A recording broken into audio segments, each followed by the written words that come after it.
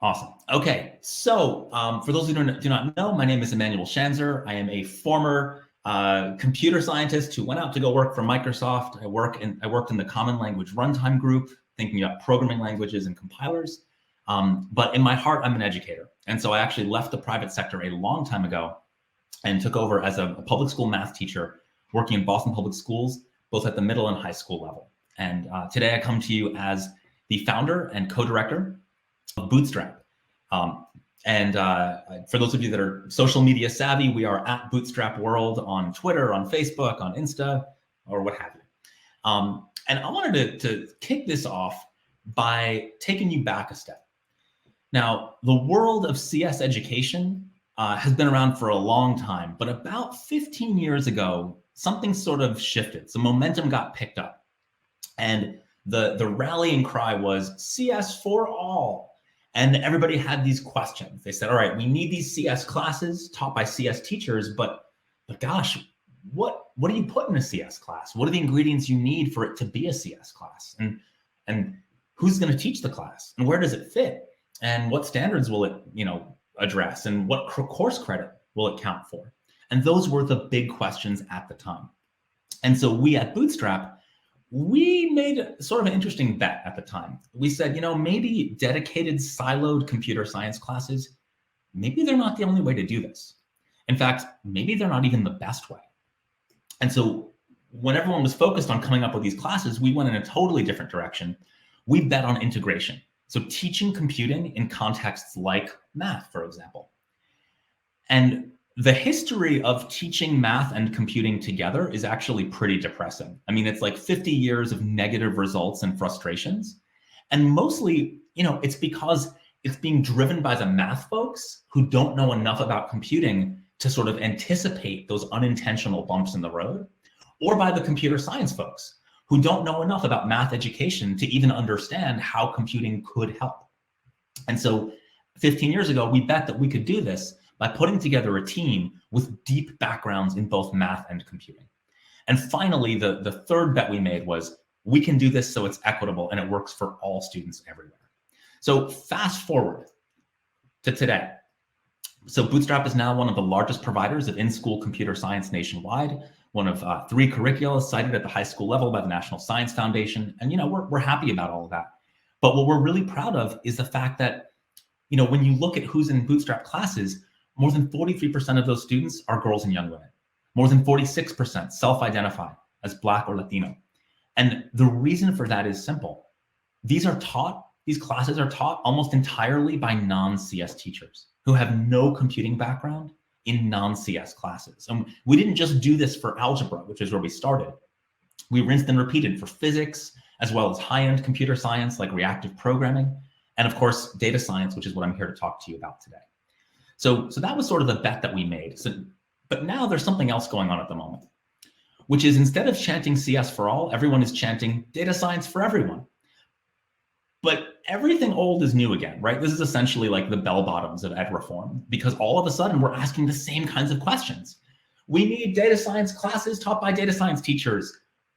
What ingredients make up that class? Who's going to teach that class? Where's it going to fit in the school day? What standards is it going to address? What course credits are we going to give? So everything old is new again. And I wanted to share sort of how we at Bootstrap think about data science, given that we've been through this rodeo before. So we think about curriculum design kind of like a recipe for baking a cupcake. So, and recipes are meant to be flexible. So the frosting in my cupcake might be cream cheese frosting. And someone else's cupcake might have a special, like a hint of cinnamon. And maybe you're like a total crazy person and you want to put shredded coconut in your cupcake. I mean, they're all still cupcakes and that's cool. But what we can all agree on is that there are certain ingredients that if you leave them out, you have a problem. And so, for example, you could leave out frosting altogether and whatever you've baked it's still tasty. Like that's still a tasty thing, but it's not a cupcake. It's just a damn muffin. And so the question is, what are the core ingredients? What are the must-haves if you want to build a data science class in your school, state, or district? And so prevailing wisdom is that there's at least 2 ingredients that everybody agrees on. Everyone says you got to have some math, some statistics, and you got to have some computing. Well, okay, that's fair. Let's dig into that mindset, the 2-ingredient mindset. So if you buy that, then the general sense is we'll take, statistics. So thank you, R.A. Fisher, 100 years ago. We're going to add some Python or something, right? Or C++ or Java or R or Scratch or whatever. We're just going to add some coding, and then boom, we've got data science. And I'm here to tell you that this way of thinking is dangerously flawed. Picture an amazing programming class. So kids are doing they're building apps, they're designing games, they're doing all kinds of cool stuff. And then at the end of the class, we give them 2 weeks where we teach kids which stats buttons to push on the calculator. Boop, boop, boop, boop, boop. And then, they get histograms. Is that really a data science class? Probably not. And usually when I give this example, people, they giggle a little bit. But let's flip it around, because the other example is where you have a phenomenal statistics class, like a really good stats class. And then we just have 2 weeks teaching kids some commands to type into the computer in some language. Boop, boop, boop, boop. And now you have a histogram on your computer. Now, that one people don't giggle about. That's actually what a lot of the data science materials that are coming out kind of look like. And the problem is that doesn't work. And we've been doing this for 15 years, and we can tell you that mixing math and computing together is not as easy as you might think. So I want to share some of the things we've learned. So mixing these 2 ingredients requires that you jump up a level and think about the concepts that actually bridge the 2. So there's a lot of different concepts, and I'll share sort of 3 examples. The first is problem decomposition. So how do I take a complex math problem or computer, programming problem, and how do I break it apart into pieces that are easier to solve, knowing that when I put those pieces back together, I've solved the original problem that I set out to. Another example is reliability. So in statistics classes, it's totally normal to have students work with very small data sets, right? So let's take the mean of a list of 10 numbers. Totally easy to do and easy to check by hand. But once you throw computing into the mix, how do you know that the code that worked well for a list of 10 numbers does the right thing for 10 billion numbers? And so reliability becomes a really interesting concept that bridges math and computing. Finally, there's also just reproducibility. How do we ensure that someone else can replicate the same results on their computer as we got on ours? And these concepts can be woven together throughout a combined math and computing course. You don't just find 2 weeks and shove coding into it. And speaking as a math teacher, it's not like we had 2 free weeks sitting around anyway. So you got to weave them together and focus on concepts. And note that just adding that coding unit and letting kids play with code, it doesn't address any of these. So if you're thinking about this recipe as we'll just add some code to math, you're not even in the right ballpark. But this 2-ingredient recipe that I'm talking about is actually leaving something out that's incredibly important with real harms to society. And so I've got a couple of slides I want to share, which I call When Data Science Goes Bad. So, data science and AI and machine learning, they all involve slurping in data sets and building models to sort of replicate patterns they see there. And I know this might come as a total shock to some of you, but we live in a society that may have a couple of biases towards certain groups. And so these are newspaper clippings. These are real things, right? There's what kind of pain meds you get when you go to the doctor, or what kind of healthcare you get, or how much you pay for your premiums. A lot of this stuff is being generated by algorithms that are built on data science. And so there's a real problem if those algorithms don't take into account issues that go well beyond math and coding. When we think about both political parties, when they're trying to redraw voting districts, we heard of gerrymandering back in the day, but now we have so much more data that political consultants can create super ultra gerrymandered voting districts that make it impossible for any candidate to speak to the middle 80% of Americans because they're going to lose their primary. The only way to win your primary nowadays, increasingly, is becoming that you go to the extreme of whatever left or right direction you want, because otherwise you won't even get into the national conversation. So this trend of using data science badly is eroding our democracy and sort of further polarizing people against each other. And then finally, Many of you have heard of Cambridge Analytica or Brexit, right? This is where social media has now become successfully weaponized by data miners in such a way that you can actually convince an entire country to leave the European Union, only for them to realize that that was not what they wanted to do at all. So data science has a lot of bad outcomes when you only focus on the math and code. So what are we missing? Well, there's actually 4 ingredients, and I think it's unfortunate that the recipe everybody's pushing misses 2 of them. So let's talk about civic responsibility. Now, a math and computing class will teach kids all about the problems of biased sampling. And any stats teacher knows biased sampling is bad. But a data science class, a responsible one, needs to talk about the problems of taking a good random sample from a society that is filled with bias. And that doesn't come out if you're just focused on the math and the coding. You need something else. Similarly, a math and coding class, right? We can do linear regression. We can create a predictor line about all kinds of different data. And maybe it's valuable to do like a predictor line that predicts human behavior, like which people are going to commit crimes and which people are less likely to commit crimes. But a responsible data science class needs to be raising the question, is it ethical to collect this data in the first place, or to start trying to predict human behavior to begin with? We all understand that, like, if you teach medicine without civic responsibility, you get the Tuskegee experiments. But teaching data science without it gets you racially biased algorithms and weaponized social media. And that's just the start. So this needs to be part of the conversation. It can't just be math plus code. Now, is it reasonable to tell math teachers they alone have to be the ones to have these ethical conversations with students? Is that fair to math teachers? Because they got a lot on their plate. I'm going to talk more about that in a moment. So the 4th ingredient is domain investment. So suppose a teacher in a data science class decides that her students are going to analyze data about the best vineyards in Tuscany. Which kids feel included? Which kids feel left out? Which kids are engaged, right?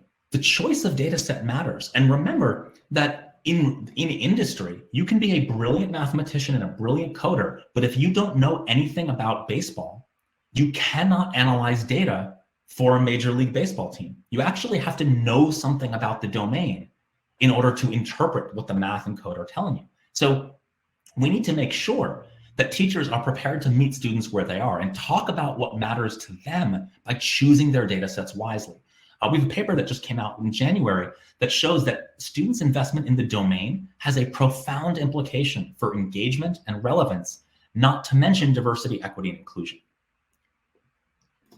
So just focusing on math plus code isn't even getting close to where we need to be. I'm calling on all of you to help broaden this conversation. So Bootstrap data science. We have designed a curriculum. It's completely free. The software, the lesson plans, the slides, the homework, the student workbooks, the rubrics, the projects, the data sets, you name it. And our goal is to model what it could look like to cook with all the ingredients. So we've got social studies teachers in New York City who are having their students explore stop and frisk data, teaching history and social studies in a revolutionary new way using social science and statistics. We have physics teachers in Arizona who already had their kids gather data from experiments, but now their students are analyzing that data to model the equations in their physics books before they even crack the spine of the book. We've got students in California analyzing environmental data. Students can track their free throws in their phys ed class or their snacking habits in a health class. So, there's so many examples of how to make this relevant to students. My question is, how is a math curriculum supposed to address all of this? How's a CS curriculum supposed to address all of this? It's not. So to all of us in the data science conversation right now, I just want to call out disrespecting the domain expertise of social science and humanities teachers is kind of like a standard mistake that the STEM people tend to make. We cannot afford to make it again. We need to have this conversation broadly and bring in teachers from across the curriculum. I think it would be a disaster if data science gets the nickname New Math 2.0, right? We cannot let this become the headline. It can't just be focused on math. It can't just be focused on code. So this is an interdisciplinary challenge. We need all hands on deck to be talking about what does data science look like in every school. For one school in Atlanta, maybe it is the math teacher. And for another school, maybe it is the CS teacher. but it has to be broader than that. So we need to bring in the history teachers, the science teachers, the English teachers to talk about some of these other critical issues as well, right? Civic responsibility and domain investment.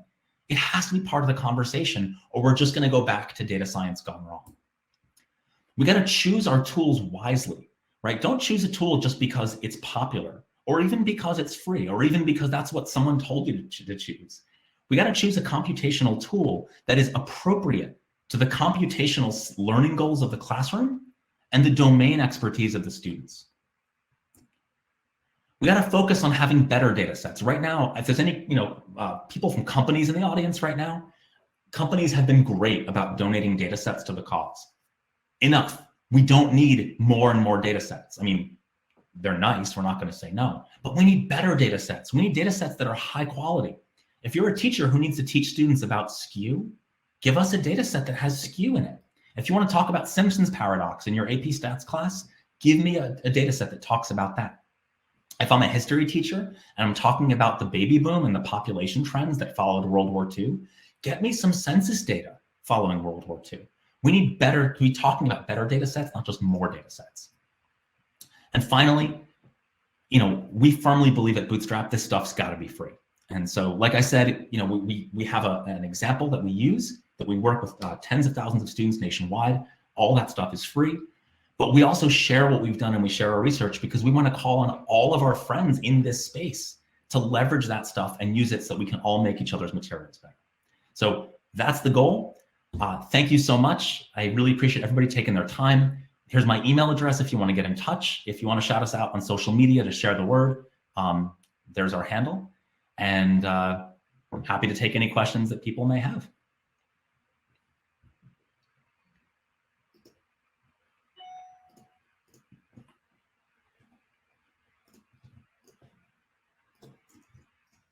I'll paste the link to the slide deck here.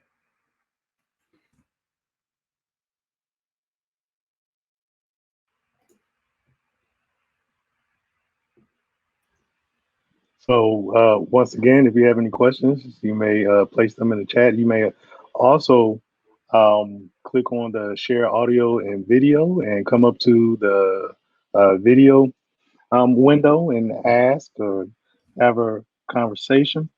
There is one question that I noticed.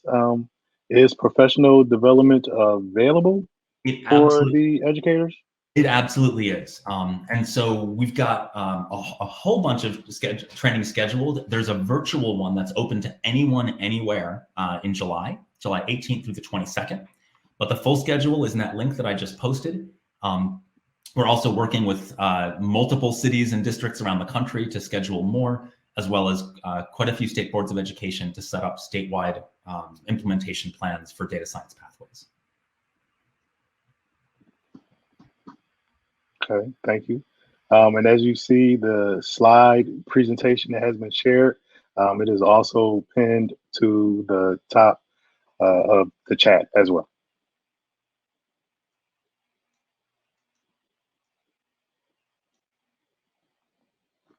So we do have a comment.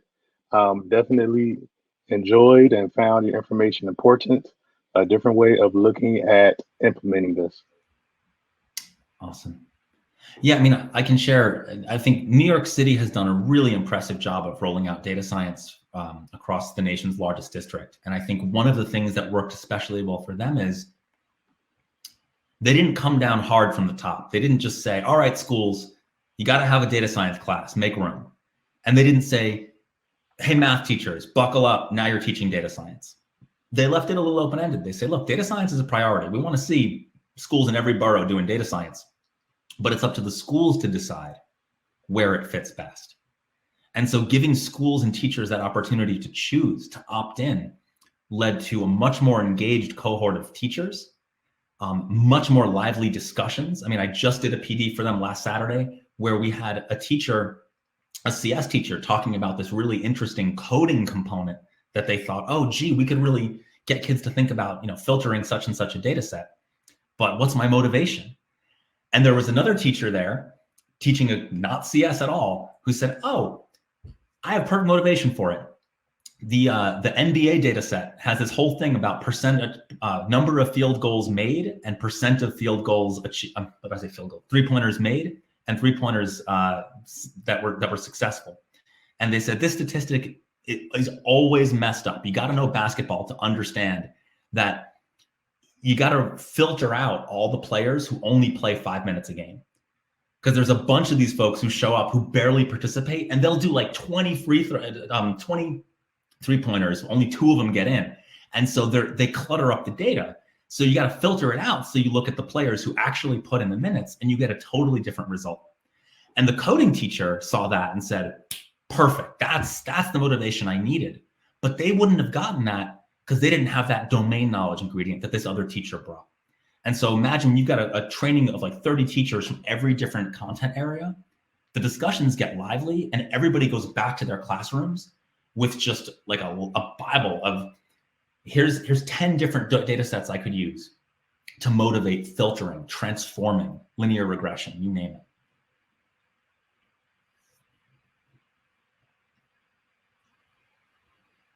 Yeah, I like the point you all made about collecting live data sets just from the classroom itself, or having the students go out and collect data sets from their interests. That also helps to build a student identity in this field as well. So awesome. And I'm reading what Mr. Cox stated. He prefers carrots to sticks. Yes. And Susan, as a fellow New Englander, I'll say data science is wicked awesome. I mean, oh my God, kid. No, but there's just so much you can do. And look, I mean, every child is a natural data scientist, right? I mean, I think we've all of us who've been teachers, we've done our share of cafeteria duty where you're walking around the tables, right? Just making sure no one's getting into trouble. I would hear all the time, oh my God, being from New England, Tom Brady's the best, he's the best. And somebody else would say, no, it's just that when he's passing to Randy Moss, now I'm dating myself, when he's passing to Randy Moss, he just makes Tom Brady look good. You can't give him the credit for that. Think about so-and-so who didn't have that wide receiver and won almost as many games. And then the first kid says, yeah, but Tom Brady won more in the postseason.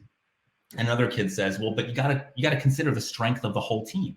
And then, maybe the gym teacher who's a lot older than any of us comes in and says, this isn't even football anymore. Let me tell you real football before they change the rules. And that discussion right there, that's a discussion about data. Which metrics matter? How do you compare them? How do you weight different qualities? And you can rinse and repeat that when someone talks about, movies with female leads action movies with female leads are not as common, right? Someone says, well, I think this is sexism in action. Someone else says, no. It's just that they don't make as much money. It's a business decision. It's not sexist. Well, we actually have data on all of this. And it could be Wendy's versus McDonald's. It could be, you name it. Any disagreement that kids from middle school on up have about opinion quickly shifts to being about data within seconds. So we think students are natural data scientists. We just need the data sets that spark that interest. And Autumn mentions she attended a conference that mentions arrest rates. Yes. Yeah, the stop and frisk data set that we use in New York is real popular with New York students, and you can imagine why. And it gets real, right? So students are exploring this stuff, and sometimes they'll get a result they didn't expect. And they start saying, well, why would that be? That's kind of weird. Oh, we're looking at if you filter by time of day, right? So it's like how many young people of color are frisked between 10 a.m. and 2 p.m. in New York City? Not a lot, because they're all in school. And so it clouds the data. If you filter to just look at the times that these students are going to school or from school, perhaps, you get a completely different result. And the students knew that on their own. They brought that domain knowledge. They brought that personal experience. So they were asking the teacher, how do I filter? I need to learn how to filter because this scatter plot doesn't make any sense. And so that drives the programming. And it also drives the statistics, because those of you who know what Simpson's paradox is, we're bumping up on Simpson's paradox here. So if you design it right, not where you have a unit on math and a unit on coding and a unit on whatever, if you blend this stuff together, you can create a virtuous cycle instead of a vicious one, where each thing gives an assist to the other discipline and they all work in concert. Brian says, how can teachers get their hands on local relevant data sets? That's a great question. We've been researching this one hard. So on our website, on that link that I shared, we have all of our lesson plans available for free. There's a data science lesson called Choose Your Own Data Set. And in that lesson, we've got a huge library of ready-to-go data sets about everything, ranging from climate change to roller coaster fatalities to politics to crime to college majors. I mean, you name it. So I'll just say from jump, feel free to use those, whether you're a Bootstrap teacher or not. We give those away. But what does it take to have a good data set? What makes a data set good for K-12 education? That's a more interesting question. And I can say a couple of things we've learned over the last half decade of doing this at scale. First, it needs to be accessible, meaning if a teacher needs to spend an entire class period explaining to kids what all the columns are, not a good data set for that group of kids. Number two, it needs to be personally relevant and engaging. So find out what your kids care about. I bet a lot of us teachers, you already probably know where your kids are at. We have an amazing Pokemon data set, by the way, which was enhanced by a student in Southern California who is a Pokemon fanatic. And independently, he told us our data set sucked and he had made a new one that was like 50 times better and included all these columns and like, it was awesome. And of course, someone else is like, no, it's all Dragon Ball Z. Don't worry, that data set's coming. So it's got to be personally relevant. Also, the columns, it needs to have at least 2 categorical columns. It needs to have at least 3 quantitative columns. If you only have 2 quantitative columns, you only get to make 1 scatter plot. Got to have at least 3. And if your learning goals include things like measures of center and spread, if you want your kids to confront the notion of outliers and skew, well, your data set better have some outliers and skew. So, people feel like, oh, data science, it's easy to teach, just grab data, data's everywhere. Totally not true, right? You got to choose your data set carefully. Any teacher who's ever done project-based learning, it is not as simple as, all right, kids, make a project. There's like scaffolding that has to go into it. There's thinking that has to go into it. And a data set, by definition, is the foundation of a project. So choose your data sets wisely. Do not just grab some random thing off the web that sounds cool, because in 2 weeks, when your kids are banging their heads against the wall in frustration, you're going to wish you had. So good data sets matter.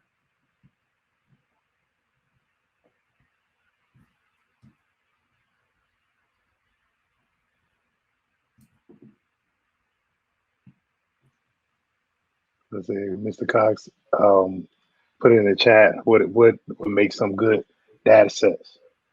Accessible, that they're accessible, personally relevant and engaging. At least 2 categorical columns, I guess, summarizing some of the things you were saying. 3 numerical columns. Needs to be a little with some outliers and skews up in there. Brian says, what does it look like in elementary school? Great question. So those of you who saw me in the panel, I snuck in a line here that we use. We say that first, I want to talk about the choice of tool. What tool makes sense to use in your data science class? Well, a tool should be chosen based on 2 factors first. Everything else comes next, which is the tool appropriate for the computational demands of the task and the cognitive affordances of the students? So should kindergartners be learning R? No. Right? That's just not age appropriate.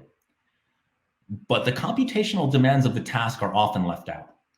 So if you want your kids to be making lots of visualizations, pie charts, bar charts, scatter plots, that's where you want them to go. And for you, the focus is on viewing and interpreting charts and graphs. Spreadsheets are a great tool, right? Because they make charts and graphs easily. But if you suddenly want your kids to start transforming data sets and filtering data sets, very quickly, spreadsheets start to break down. I can tell you from a lot of experience, they do not scale terribly well into really slicing and dicing data. So decide what your learning goals are. How much do you want them to slice and dice, or how much of this is about visualization? So that helps you choose spreadsheets. Now, this is relevant, Brian, because you're asking, what does it look like in elementary school? I will tell you, in elementary school, I'm a big fan of spreadsheets. In fact, we partnered with those of you who know the KIPP Charter School Network to rewrite their 5th grade history curriculum using spreadsheets and data science. So KIPP students in New York City, they do a whole unit on like pre-colonial America. What was life like in Plymouth, for example? And the way they traditionally do it is they read the story in the history book. And if you open a history book, every 10 pages, there's a chart, a table, or a graph. So what we do is we start with the chart and the table and the graph. We start with the data. And we say, here's a spreadsheet with some data from an archaeological dig or from records that we found. What do you think life was like? What story does the data tell you? And so the students, suddenly it becomes a mystery, right? They're not just being told the story. They have to figure the story out for themselves. And they get really into these different interpretations. Well, I think the data shows this. Another kid says, no, I don't think the data supports that. Or the data, it might also mean this other thing. And so they're really invested in their interpretations. And they're that much more excited when they open the book to find out what the story says. And this also has implications for, issues of equity. Because when we think about the way history is taught, one of the big controversies in the history world is if the victor always writes the textbook, if the dominant majority always writes the textbook, what stories are left out? And by putting data first, kids start to realize that there may be more than one interpretation of the data, and that a history book might be someone else's interpretation that may be biased by their own thinking. And I'll say, every data science class we teach, kids very quickly realize, like, wait, you analyzed the same data I did, and you interpreted that scatter plot differently? It's like, yeah, exactly. And so we can teach history the way that actual historians do it. Historians don't have the book, they have the data. So this is just another example of why we cannot let this just be math plus coding. We've got to bring in our friends from across the district, from across the discipline. And that's what we do in Bootstrap data science. So what does it look like in elementary school, Brian? Well, in New York, we're rewriting the history curriculum to be data first.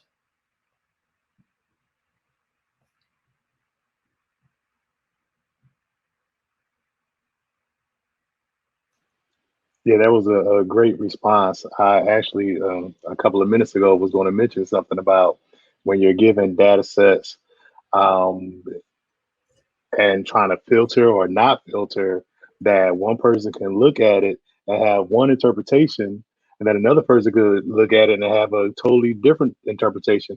Or if you're trying to present something to persuade people, you can, use the exact same data set or whatever, but just come up with a different opinion. But yeah, so that was really good. I mean, there's a million of these. There's so many cool places this fits. You could have phys ed teachers really having their students track free throw percentages, having them look at the diet. What did you eat last night? How much sleep did you get? Let's see how that impacts how you performed, today. There's just a million cool places this can go. We have a bunch of activities in our curriculum called fake news, where we start kids off with real data, and then we show them a deliberately misleading statement about it, right? It's not a lie. There's no lie, but it's misleading and slimy. And we ask the students, can you figure out, now that you know how to read this data, what's wrong with this statement? Now, the final project in Bootstrap Data Science is kids write an original research paper or put together an original presentation about a data set they've chosen to analyze. It's a fun project. And one of the milestones along the way is to do a fake news version. So in other words, put on your evil beard or your horns on your head, take the research you've already done and come up with the slimiest, most misleading version of that paper that you possibly can. Stretch the limits, misrepresent everything, but you can't lie. And then students trade papers within a different group, and they have to figure out if they can catch all the slime. And it's beautiful. Kids have so much fun with it. And what we hear back is, oh my God, I can't look at a newspaper anymore.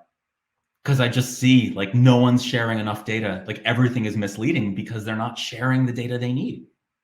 My favorite vignette is about the difference between mean and median, right? That if your data set is heavily skewed, you shouldn't be using mean, you shouldn't be using average, right? So the average American earns like $45,000 a year, but that's because of Jeff Bezos. If you take out that one outlier, it turns out like many of us are in poverty. And so until you see the histogram, until you see the skew, telling me the mean or telling me the median is literally useless. It doesn't tell us anything. But pick up a copy of USA Today. What's on the front? The average, blah, blah, blah, blah, blah, blah, blah. The median, you know, rah, rah, rah. But without seeing the histogram, that's not news. That's just nonsense. And kids, that sticks with them. They know the next question to ask. They're like, show me the data. Don't give me this. I don't trust this. Show me the data. And I think that's positive. Kimberly says, how to integrate data science in software development. Quick, when is our time up, by the way? Is it already up? 4 minutes. Okay, cool. No, at 4 o'clock. Oh, at 4, perfect. Okay. So that's 10 minutes. Great. So Kimberly, let me ask you a real quick question. Are you saying, how does data science help make us better software developers? Or how can we teach software development in a data science class? Those are related but different questions.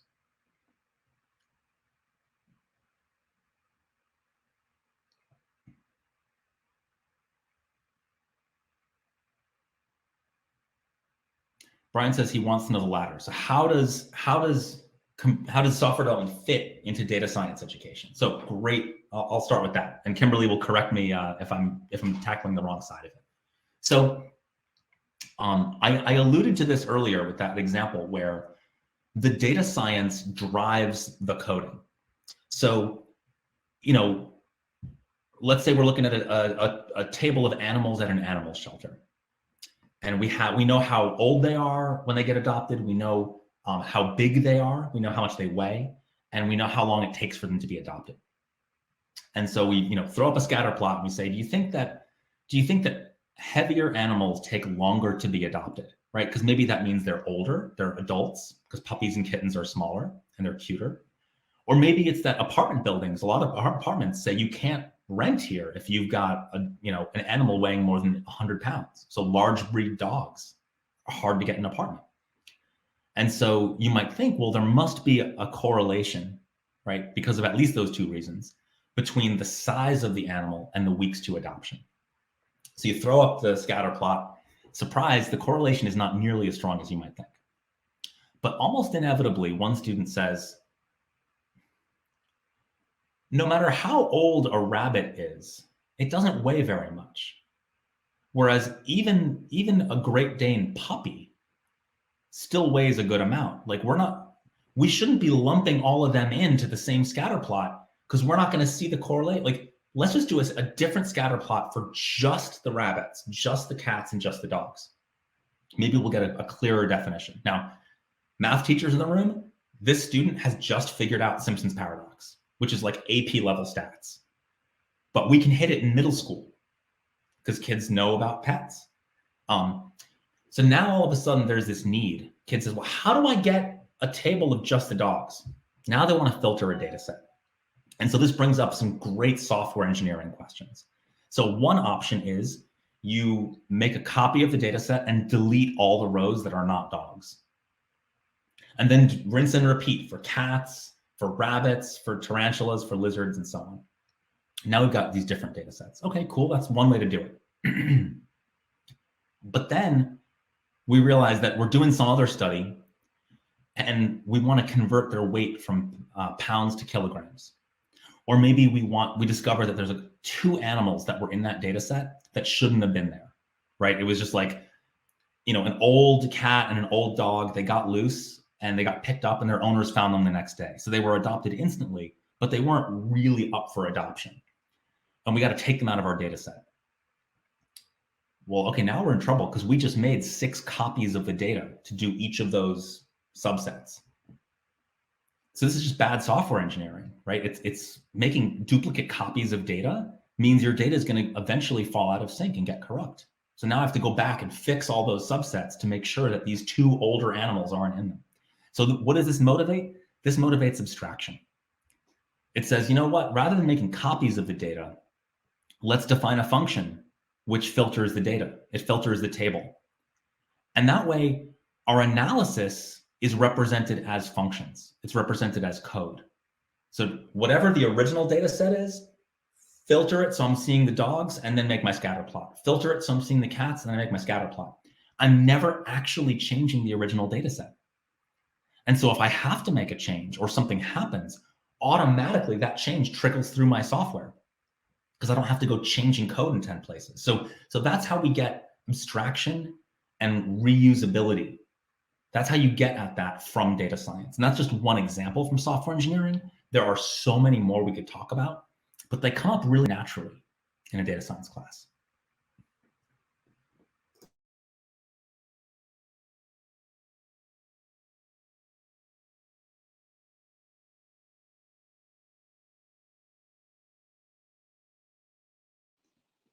Okay, so if you do have any more questions, you may place them in the chat or click on the share audio and video. We have about 5 more minutes, so just to remind you, after this session has completed, to revisit the stage they for closing remarks, as well as the last raffle of the day.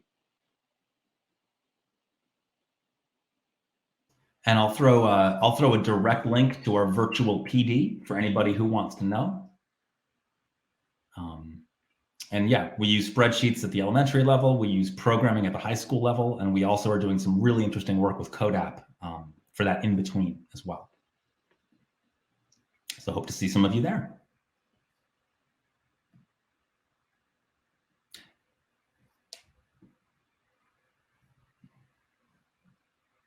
Deb is here. Hey, Deb. Kimberly, feel free to email me. We can talk about data collection stuff if you want.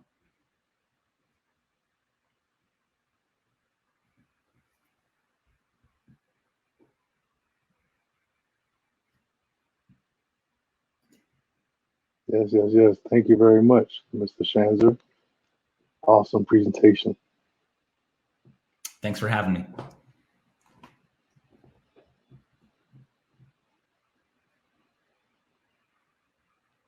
And Brian and I are going to put our heads together about finding a way to bring some Bootstrap data science to Georgia somehow as well. It would be great to be back. Cool.